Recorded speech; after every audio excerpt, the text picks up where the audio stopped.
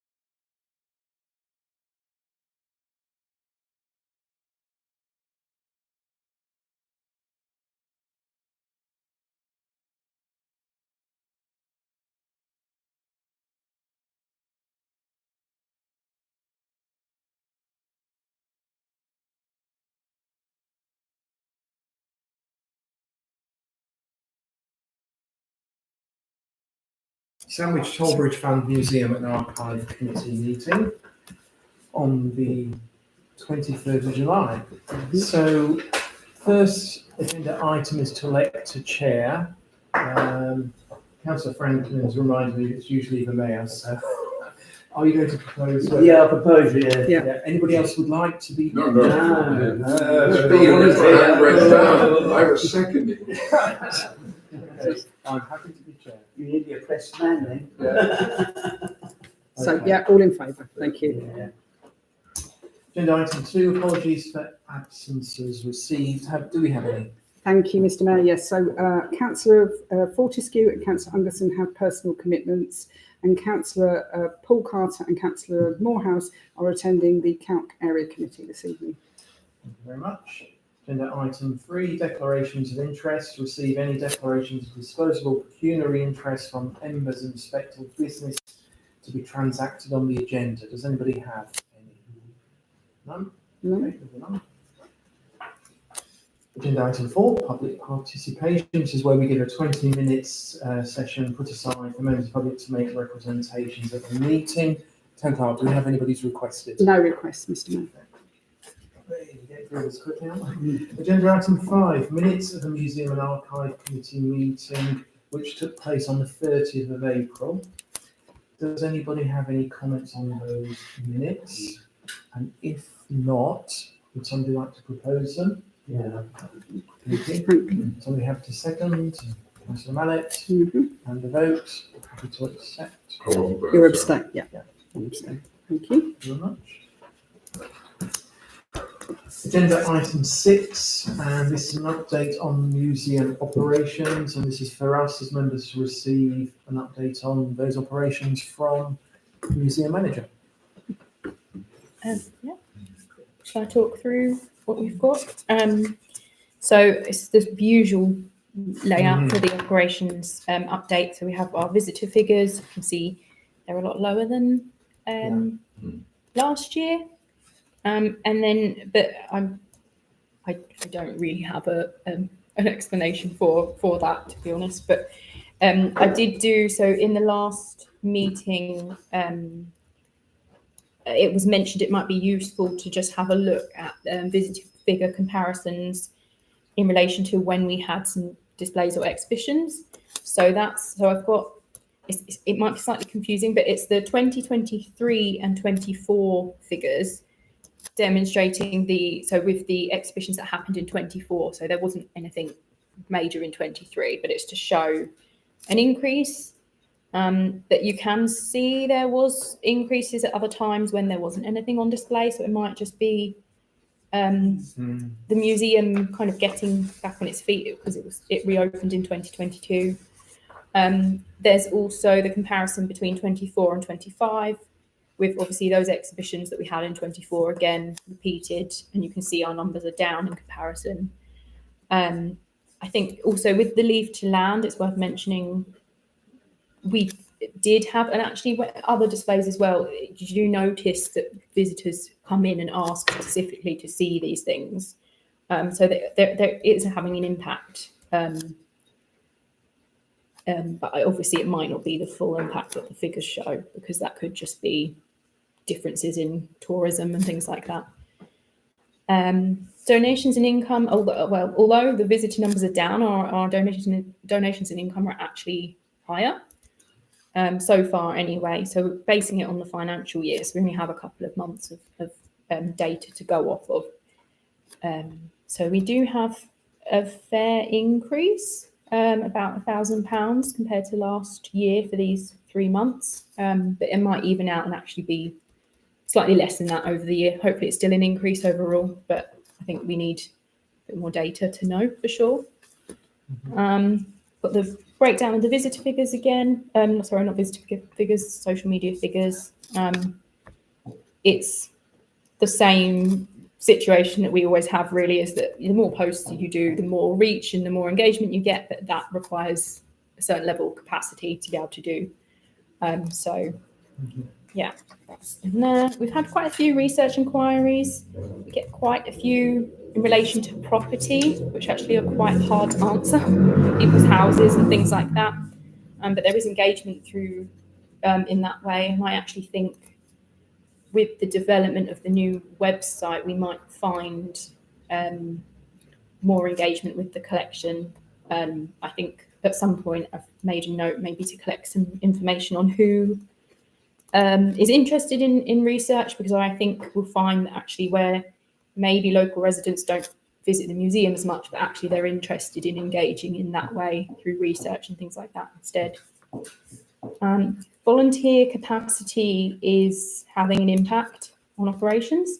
So we have one regular volunteer position available to be filled at the moment, and we did have 3 regular volunteers that are on long-term absences. It's now only 2, but again, it's sort of a gradual return really for one of them. So that is causing a problem because they do a shift each a week. That means I have 3 or 4 shifts every week that aren't filled before I even ask everyone else when they're available. So that is causing some issues, and it does mean that I have been filling in, obviously to make sure the museum stays open, but that impacts kind of the amount of work that I can do. I have to find a balance between how much I engage with the public that come in and how much I sort of focus on some of the things that I need to do at the same time. We are part of the University of Kent's employability scheme again this year. So this is the 3rd year in a row. So some students visited and had an experience day where they did some collections work with me. And I've had one student do a placement, and we'll have another student who's due to be doing placement at some point in the summer and moving into the autumn. Collections, the inventory is going quite well. So it says here, so in April, we had done about 11,000 entries. We've now got to close, not quite actually, 13,500 entries. So we're doing really well. Resources for children. So I've been working with a student who did a placement last year on developing some resources that we will have in the museum. So she's working on illustrations and things for sort of character, so we can have perhaps a trail for children and things like that. And then we have podcast project, which is due to be announced at the beginning of August, and we are busy working away on that, and our marketing is in progress. Yeah, we're hoping that will go well. Thank you very much, Lily. I open it up for some observations, questions. Councillor Brown. Yeah, it's very welcome to see the difference between 23 and 24, and that being extremely good. Do we have any feel for why 25 so far seems to be a lot less? And it's a difficult question, but I would have thought that if we've had a spell of really good weather, does that mean people come to Sandwich but don't necessarily visit the museum, or is it something else? And you're obviously much closer to it, and especially if you have been unfortunate to do some shifts in the museum. Any feel for this? I'm not sure, because we, I think we've had days on a daily basis where it feels like we've had a fair amount of people in, and there are days that I've noticed more recently that seem to be what I would consider high, sort of above average. But yeah, then obviously the overall figures just don't add up. So I'm not really sure why. It's quite hard. I don't know if it is tourism related somehow, but obviously I don't have information to assess that. I don't think anything about in relation to our visitors, kind of the type of visitor that is visiting us. I don't think that seems to have changed. It is usually tourists. Yeah, it is a tricky one. No, I don't know. There's no sort of data to go off of at this stage, so no. Could I ask two other points? You said that there was going to be quite a lot of marketing for the podcast. What platform actually are you using for so people, and what marketing will there be? Because obviously there's thousands of podcasts out there, aren't there? Yeah. How are we going to be placing the podcast? So we're working on, we have got some marketing, some marketing that's being shared already, but it's just more drumming up interest that we're working on a project. It doesn't necessarily say what the project is yet. And that is that's on Instagram, and then I can share it onto other platforms. It's quite awkward because you can schedule posts on Facebook and Instagram, but you can't on the other social. So it requires me to have a moment of time to go to when they go live to have to go through the process of putting them on the other platforms. Those images, they haven't gone on to Facebook at this stage. I think mostly because I think the demographic that we have on Facebook would benefit from slightly different marketing and just the launch of the podcast and it being quite clear what the project is. So that's where we've started off, and then we will hopefully share maybe some kind of behind the scenes things of the process, perhaps, of making it. We're working on a trailer that we will share. So there'll be a trailer episode and then a video trailer that I have just finished a draft edit of today, actually. So that will be shared at the beginning of August. And it might take a while to kind of develop an audience, but we're aiming for engagement from people. So it might be that we have a smaller audience, but actually they're quite closely engaged. We're looking into whether we have a platform somewhere where people can actually come and discuss the episodes as well and things like that. And we talked about an idea where we might have a question or something like that we pose in the episode to encourage people to come and talk to us about the topics that we're exploring.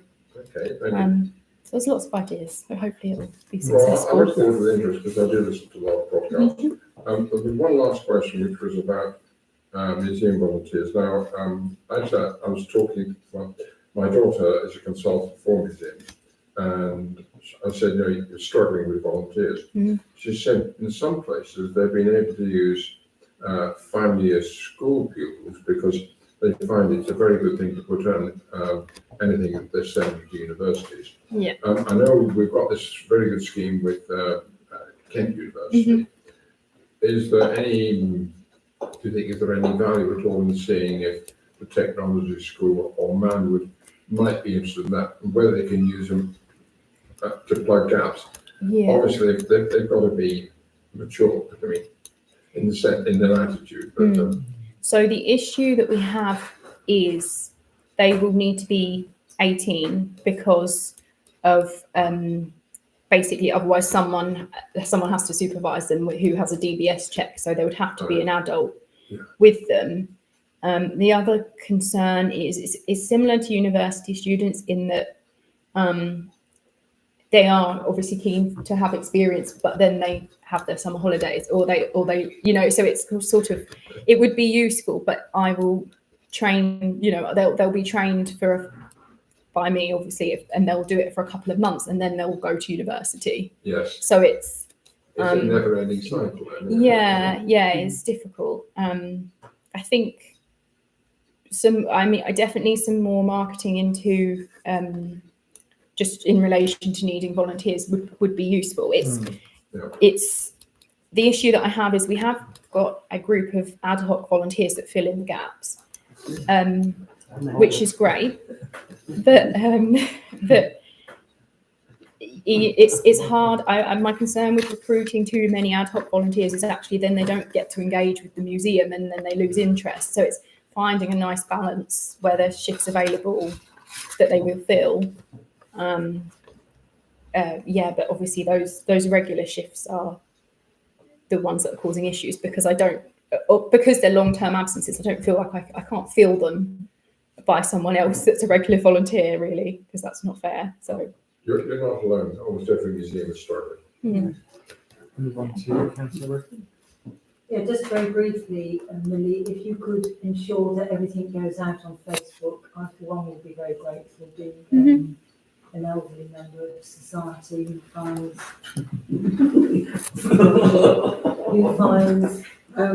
using things like Instagram a bit. No, it's just these initial posts that are slightly more vague about what we're working on. It's just kind of to drum up some interest, and I wasn't sure if they would kind of translate that well. I wasn't sure if people would understand the kind of tone of them, but we will be marketing it on Facebook as well. So in terms of the volunteers, and I apologise if it was in the first issue, but the STC magazine, have we run something on there? And Yes. it would be worth doing it next time, even if we've done it previously. It certainly wasn't in the last one. So there may be an opportunity to do an article that then stimulates volunteers. It's usually, so I think it has been mentioned in the last, I think it was at the end of the article, but I had something else to mark it. I think it was in the most recent one as well. It just wasn't the main, but we've discussed that as well. Yeah, so it would be good just to have it really in your face. Yeah. I just say that I think last year might be because we had the installation of the Lord Warden, and that might have stimulated a lot of interest to come to Sandy. As being headquartered and with at the same time. And I think that's why it's also important that we have these temporary exhibitions, because otherwise it just goes stale. They say, we've been here, nothing's different. So we do need I think at least 3 temporary exhibitions, if not 4, like quarterly ones, even if they're small ones. And I think it does then draw people in just to see the extra bits. Otherwise, if we just keep the same, people just continue. Any other observations, questions for Millie? No, just moving on. Thank you, Millie. Agenda item 7, Canterbury Christchurch project. Members receive an update on the project in partnership with local museums and Canterbury Christchurch University. So this has been on, I think, agendas in the past, but the project has sort of got more up and running now. So the university received the funding from the Heritage Lottery, and you can see, so there's 3 other museums involved. So there's us, Deal, Ramsgate Clock House Museum, and then the Dickens House Museum in Broadstairs. And the purpose is that we were all working on digitising different areas of the collection. We are looking at our postcard collection because we have quite a big collection, and it's an interesting idea to explore the images we have of the town compared to what it looks like now. It also gives us the opportunity to carry out inventory of that collection, which actually needs to be done. So we will have another group of volunteers doing that inventory, which means we will get through the inventory slightly faster. So they will be doing that. The part of the funding involves, so basically Christchurch have employed a few members of staff for this project. So there is someone who's in charge of the IT and the digitisation. They will train the volunteers how to do that. And basically we will digitise the collections. And then there's a platform that the university use to show off all of that information. And they have different interesting things you can do. You can put kind of two images in and swipe between them and look at the differences in them, things like that. So that's something that they thought would be good for us, because we can look at Sandwich, how it was, and Sandwich now, and obviously it hasn't necessarily changed a huge amount. And we talked about potentially a kind of trail with that connected, with the collection connected, so you can kind of walk around and look at those places. There's lots of different versions of kind of how, or things that we could do with the information. At this stage, we are just having initial meetings. I've got a couple of volunteers that will be on the project, and they're set to start their volunteering at the beginning of August. So it's although there's a few different outcomes, there will be a website or a platform for people to look at these images and perhaps explore. There might be some more research and information on there as well. In terms of the other outcomes, there's lots of different ideas and things that we could be doing. So I think those will come slightly further down the line when we work out more what we would like to do. Yeah, it's a really good project to be involved in. It connects us to the other museums. They're hoping, I think, to connect us to Deal Museum somehow, perhaps an extended kind of walk or trail somehow, something like that. Yeah. Thank you.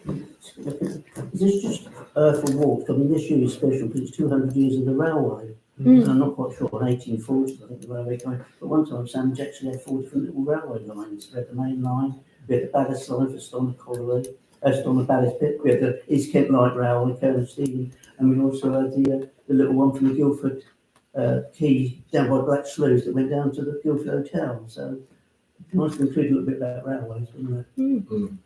Sometimes it could be turned into walks. Part of it is a little walk down the bay. Any other comments? If not, so I realised on the previous report that we were asked to receive a note, which we didn't. So I'll ask to receive a note. This one first. I propose it isn't. Proposed. Second from Councillor Ridley, unanimous. And then the report previously, which was museum operations. Somebody like to propose? Yeah. And propose same again. Councillor Franklin, yeah. And we'll unanimous on that. Thank you very much. Thank you. Roman Bowl Conservation, members to receive a report regarding conservation work for the Roman Bowl. And there is a decision required on this. So as part of our funding application, we said that we'd make sure the Roman Bowl had the conservation work it requires. We actually, because of how the funding worked out, we actually had ring-fenced money because it ended up being completely fully externally funded. The money that we had agreed to put in, because it's quite rare for them to fund for that to happen really. I had said that would be ring-fenced, so that was it, and it was agreed at a meeting. I can't remember the exact amount, but it was a small portion from the museum's account and slightly larger portion from Imhoff for collections care. So this is mostly because it is due. It needs to take place. So I thought it would be best to get an agreement prior to autumn or winter, because obviously it makes sense for it to not be on display when we're not likely to have as many visitors. And what I will say is I have had a response.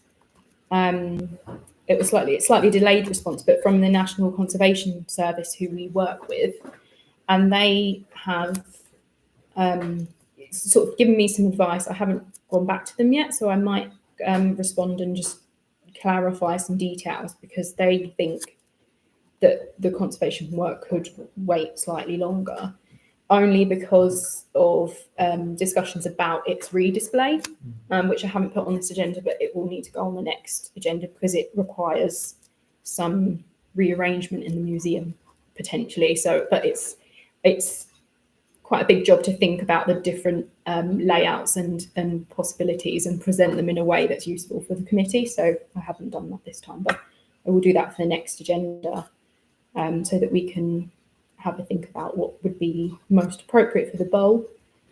So I will go back to them and discuss the conservation works. I think it's worth getting it done. We obviously we need to anyway.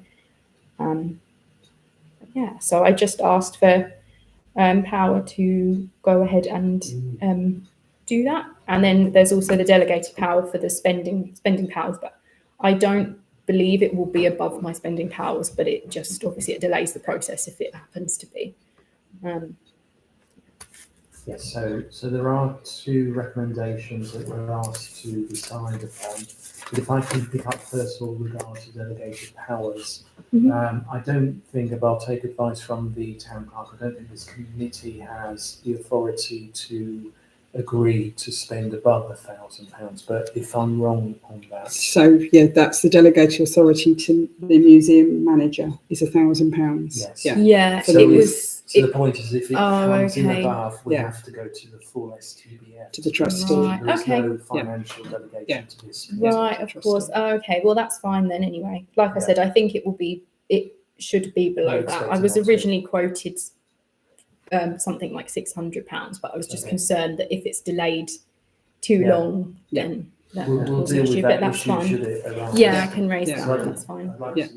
Yeah, I was just going to say, since I've seen the boulder, I've seen quite a bit of patina come up. I was actually in there one day when the chappie that discovered it, and he was really upset about how much of that patina had come off. So I think as soon as possible to get it protected, because that patina is what it took nearly 2,000 years to build that green patina. Yeah. So part of the thoughts of redisplaying it is the big issue really is that it's not in the correct relative humidity for that material, and so the easiest and I suppose least expensive option is actually to move it into a cabinet we have where we can actually regulate the environment in there. But obviously it leaves a gap in the museum because the bowl was there and we need to, so I need to consider all the different options and then present them to the committee. But yeah, that's the plan. What you're saying, Millie, it sounds to me like something needs to be done ASAP if it's deteriorating like that. We have thank you, an obligation to look after it, don't we? So Yeah. I would suggest that ASAP. Yeah, so I have when we were applying for funding, I had various organisations and people assisting. I think the British Museum Conservation Department offered to give advice and assist, and obviously National Conservation Service work with us anyway, and they're happy to assist as well. So that's fine. So I'd like to suggest that the second bulleted recommendation we put aside. Okay. On the first one, could you clarify what the last few words actually mean? It's maybe me and my narrow view of the English language, but The I can't quite loan. understand. So what it reads is, the committee is asked to approve delegated powers for the museum manager to arrange conservation work at a Rome Bowl. I'm with you there. Then it says, yeah, I know. including the loan this purpose. I don't know quite what that means. It should say the loan for this purpose. What it is sorry, the so we have, when we do a loan in the museum, we have a proper loan agreement in place, and it's basically requesting that I can go ahead and produce the loan agreement and carry out the loan That's fine. without coming back to the committee. So with the insertion of 4, FOR. Somebody happy to propose? Franklin, somebody happy? Councillor Black? Yeah. That's unanimous. Thank you very much. Thank you.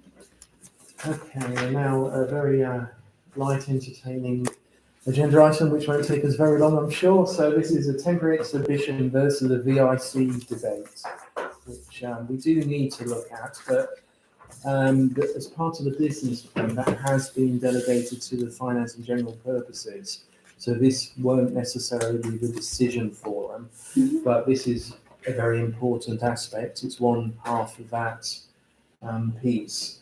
We'll see some comments from Councillor Wiles, who had hoped to be here, and I can feed some of those in, but this is just a discussion, a starting point, because we have a amount. What I wanted to do is make the right decision, not a quick decision. So we have to do it through consultation, discussion, and then arrive at the right point. But as a starter for 10, I would say for me, the value of having the temporary exhibition space should not be undervalued. And in any shape or form we can get that as dedicated, that's one thing I would certainly be arguing for. So that's just my one small piece of this jigsaw. Well, I totally agree with you. I don't think under any circumstances you should lose that space. It's essential, really, as Councillor Jeff Franklin just said, that we keep putting on temporary exhibitions because that's what draws more people in. And we have another space where the tourist information could go, and a lot of it's down there. So I don't see any viable reason really to make that space tourist information. And also, I think you struggle to get people, certainly the museum volunteers, to volunteer to do that as well.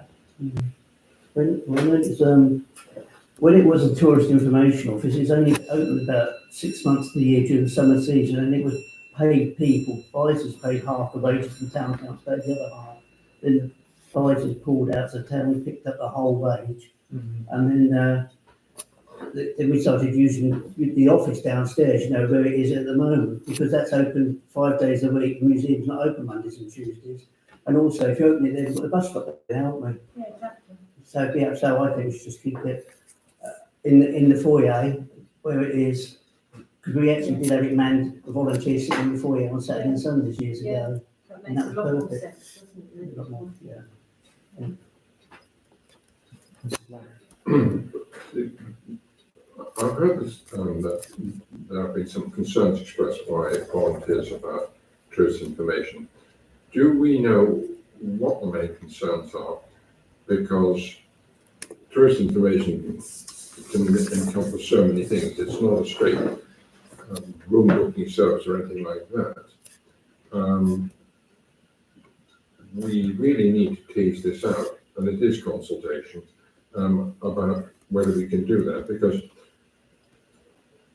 the museum is open at weekends, and that's one of the busiest times for visitors. The office here, in addition to it not being the most visible location, is not manned at the weekends, but it is manned on Monday and Tuesday. There's a lot of visitors on Mondays for the cruise ships. There's a lot of coaches coming on a Monday. Well, it's not quite the evidence we've got in the tourism forum, but you may have other additional information, and in which case let's have a chat sometime and see what we can jointly do between us. But I am concerned that we need to have tourism information Saturdays and Sundays as well. And down there, I really do have some concerns that it's almost hidden. Whereas if people are coming from the museum and there is some facility there, then that is probably advantageous. But we've got a lot of staff sensitivities about that, and we have to be fully aware of that and see what we can do to address any. When I was volunteering in the museum on a Sunday afternoon, we did get people coming in for tourist information, and we had a limited amount there that we could talk to them about. That was absolutely fine. It wasn't expected of us, but we just did it, obviously. Yeah, otherwise I just think if you get a load of people coming in, because they know it's a tourist information centre, they will take up a lot of space, a lot of time, and I know for a fact that a lot of the museum volunteers aren't prepared to. Yeah, I've heard that as well. I said it's been kicking around for over 2 years. And when I go in there, they just say, we're not going to be tourists, we're museum. And we're the... I think because the discussion sounds to me as if the kind of what is being discussed is it being directly in the museum, but we were talking about the Hive. If it's in the Hive, the museum volunteers aren't doing that. No. So I think there's a few, I know there's been some different options floating around, and I think just it's useful to perhaps have opinions on one option and then the other option, because it's quite confusing. Obviously, there's the temporary exhibition space, but I suppose the negotiation is that we can have that space if tourist information is then directly in the museum where the front desk is. So yeah, I just wanted to raise that. So obviously, in terms of volunteers, if it's in the Hive, it doesn't affect them as such. That's my understanding of it anyway. But if it's in the museum, then that is, I think there's quite a few concerns I would have about how that would work.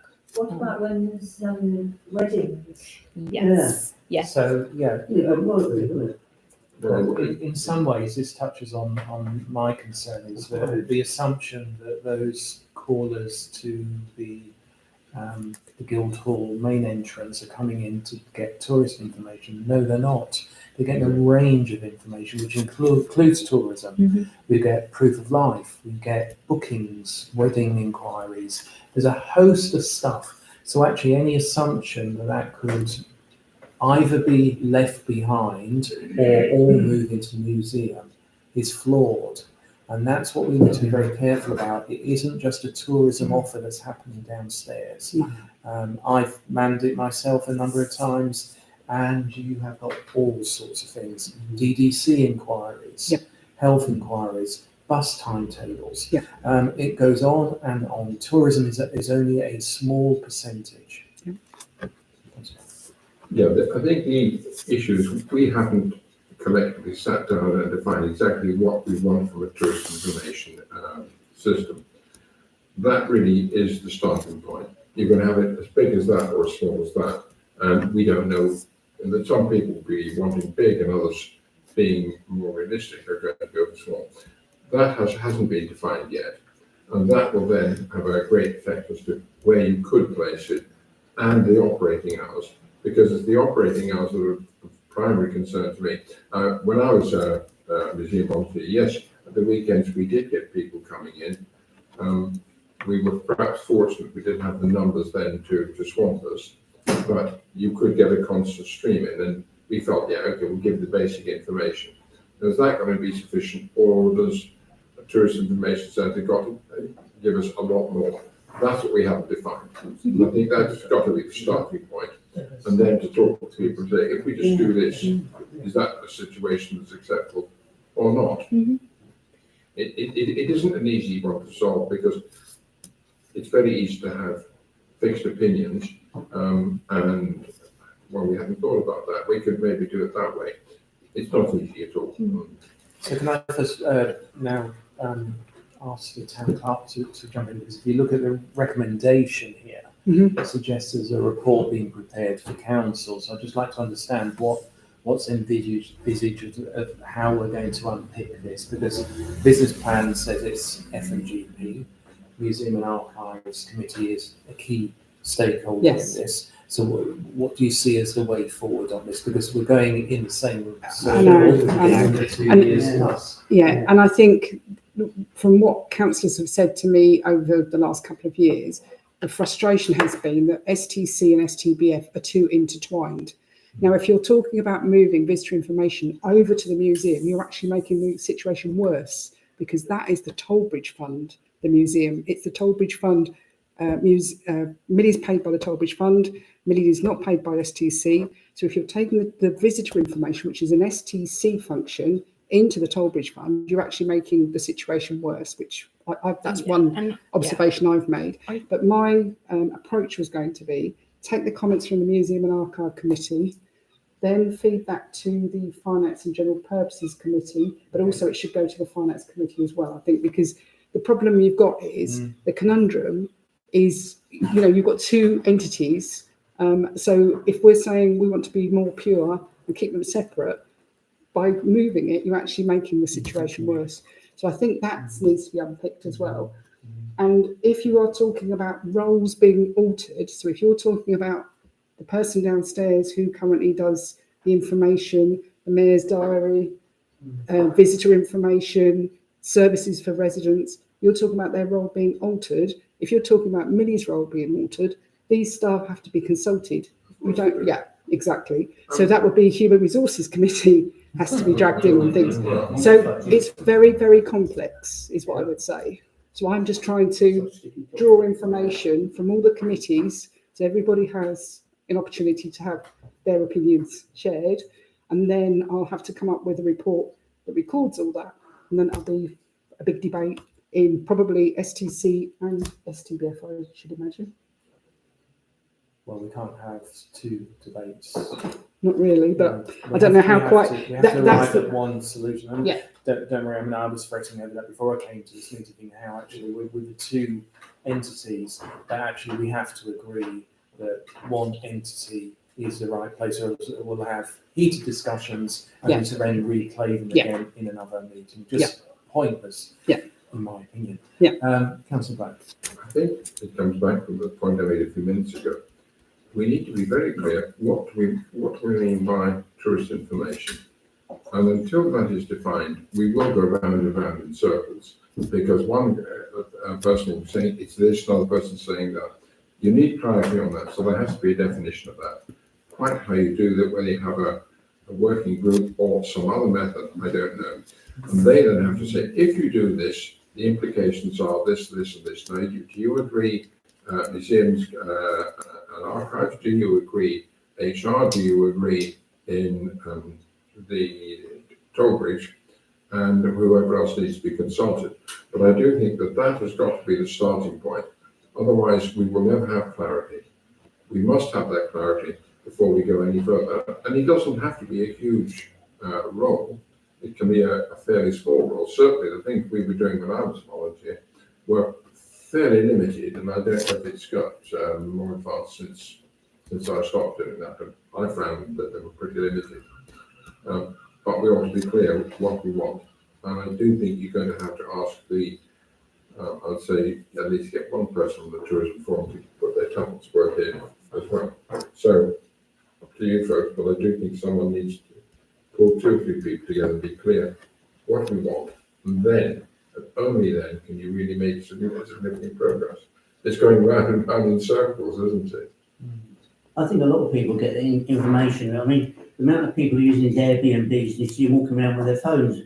So there's a lot of information that they're finding. So I think they find a lot of, tourist information is on the internet. Yeah. And the more we can keep that up to date, our Sandwich Town Council information. That's not a problem we've got. Yeah, I know, but that's the thing though. It's amazing how many people are walking around the town, all around, and they've all got their mobile phones out, looking at stuff.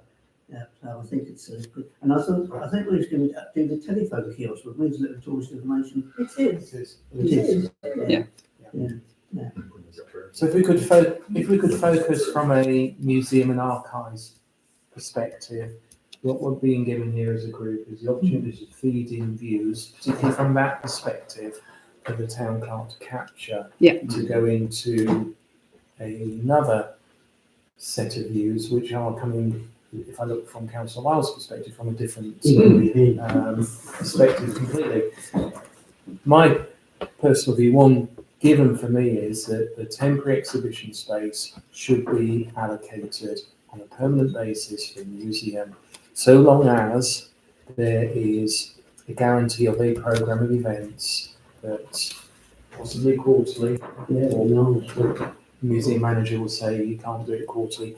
Whatever makes sense from a Yeah. museum offering, that it's regularly used, because then we can then, I would have thought, as a council, hopefully agree that that space is dedicated. But at the moment, you're in a difficult position because you don't know it is dedicated, so therefore you're not able to plan for temporary exhibitions. No, I don't have capacity to plan an exhibition if it's not going on display. So Yeah. I haven't done that. Yeah. Would we ever offer that exhibition space, say, to other people, or to a school? Yes, So, you know, so they could come in there and use it. and I do know that The Rotary could come and do a little thing about the Rotary, you know. the schools want to engage more with the council, and Yeah. you know, I've made some good links into a couple of the headmasters over the last couple of months since becoming mayor. They are keen. Artwork to do displays, stuff. can't they? They've got some great artwork at Manwood, the junior school, and also the tech school. Yeah. And why should it be hidden within the school? They have their own exhibitions, but why not bring it into the town? That's good. Yeah, they'd be brilliant, wouldn't they? Yeah. Yeah, so that's my first bid, is that, from a museum and archive perspective. What else? Anybody got any views? Because we're talking here about volunteers, we're talking about people, we're talking about processes, we're talking about the building. So I have various points to raise, which I'm happy for people to respond to if they don't agree with them. But this is specifically about if the option of us having the temporary exhibition space, but then the museum having to have tourist information in there. Obviously, we don't know what that looks like in terms of the size, like you said. So the volunteers do kind of give out that kind of information, and I have done it. I sit on the desk. I have more recently, especially at the weekend, and people usually ask where tourist information is.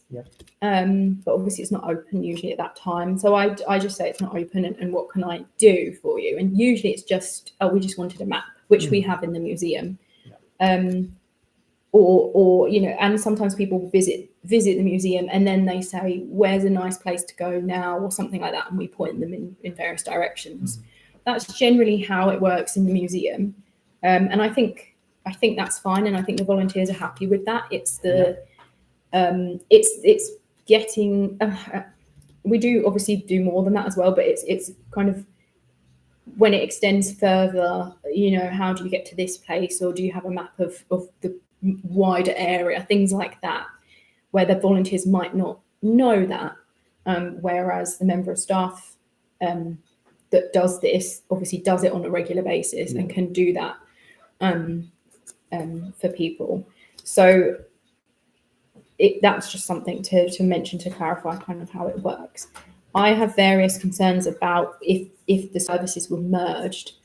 I'm less concerned about if the hive is used as tourist information.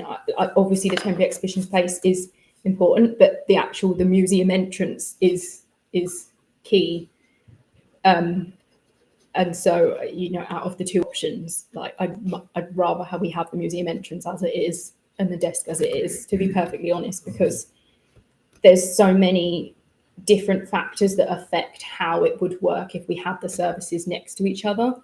And that's the big issue. That? Because yes. That's key, really, because... Yeah, so obviously there's the space. It depends, again, how big you want it to be, but there's a lot of information and leaflets at the other end of the building. That's not going to fit in the museum. If we have tours in the museum, we already split the groups, usually about 15 people per group. If everyone comes into that space for the introduction, they fill that space. And they will pretty much fill all of the rooms in the museum. But the main entrance, it's very difficult for anyone else to come in and ask a question or anything because someone's doing the tour. The confusion over the organisations, my major concern is I try to be very clear about the museum that we are accredited as an independent museum, not a local authority museum.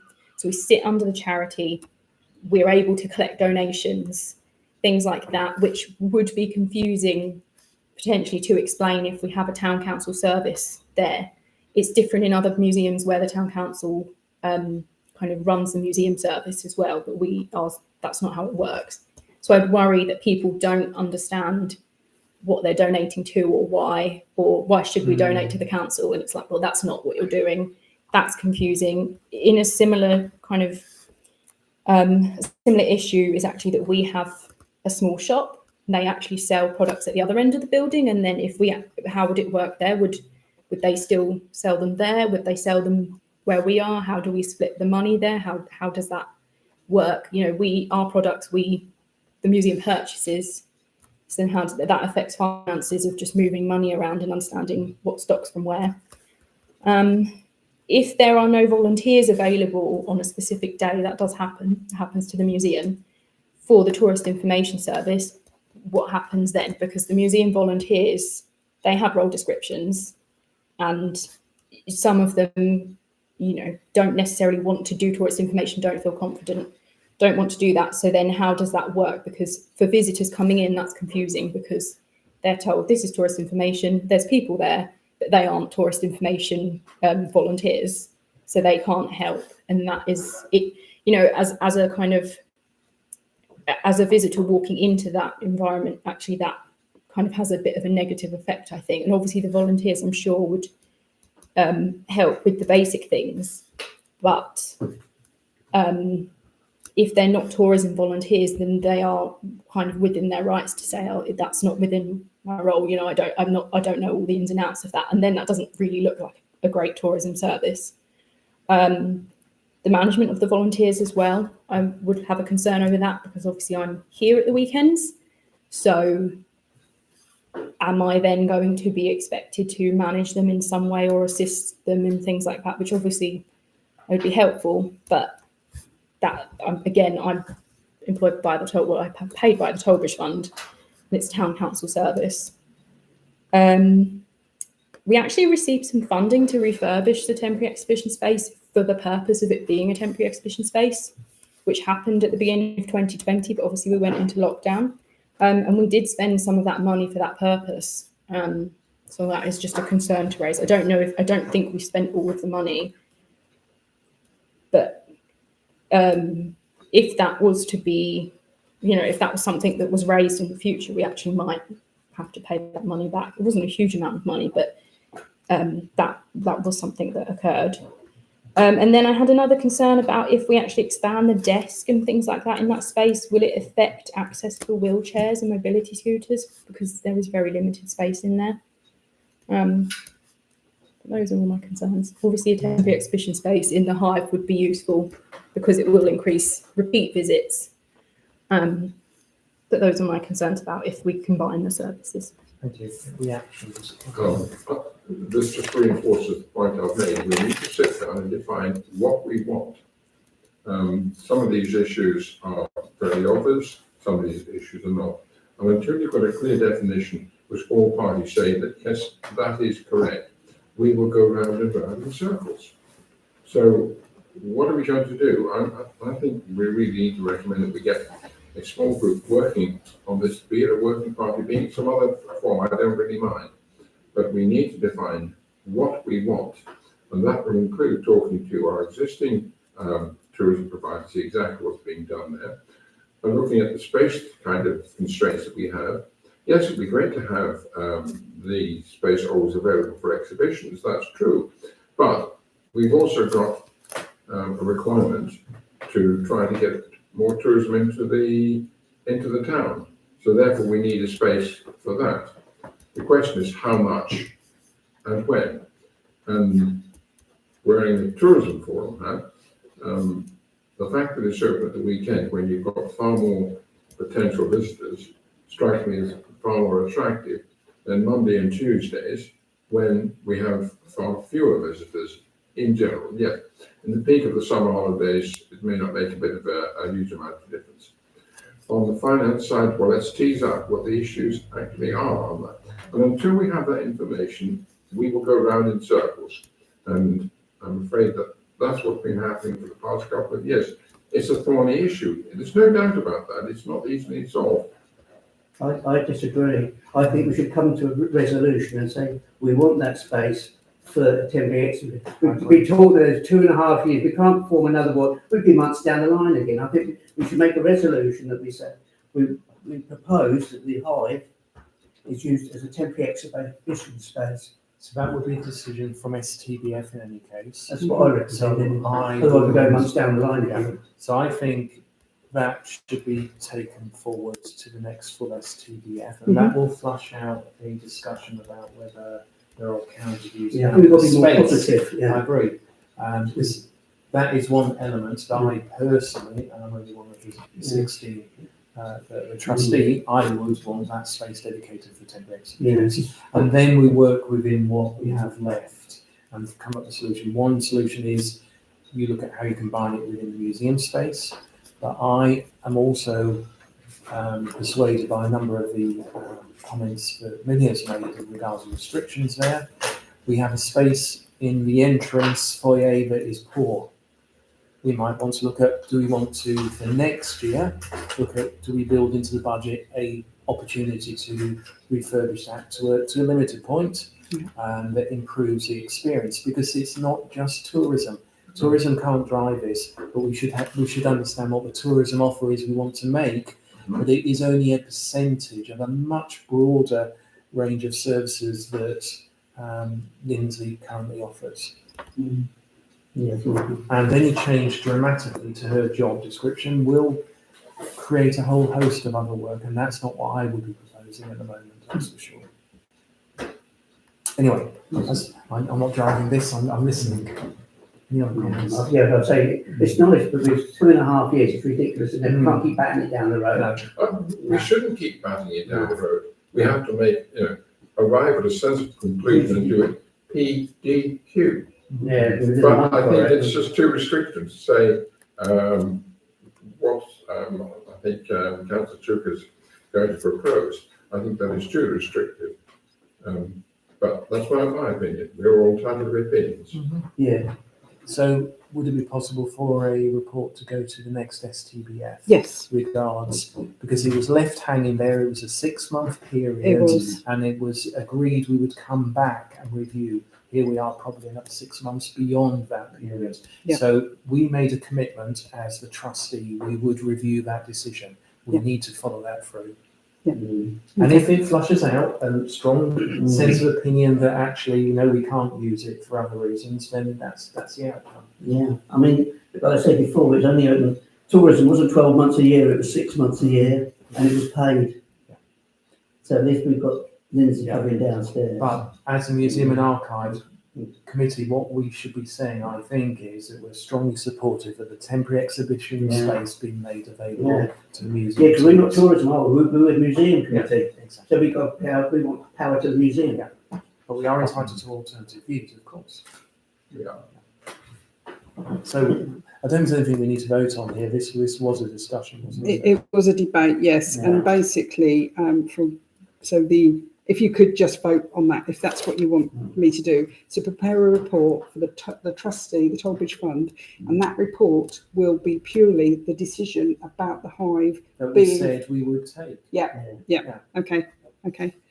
Happy to second. That's Councillor Franklin. Yeah. Sorry, who was seconding? Sorry, I didn't see. Councillor Ripley. Thank you. One objection. One objection. Okay, thank you. Thank you. Okay. Okay. Moving on to agenda item 10, date of time of the next meeting, Wednesday, the 22nd of October, 2025 at 6:30. Thank you. Meeting closed. Meeting closed. 7:26.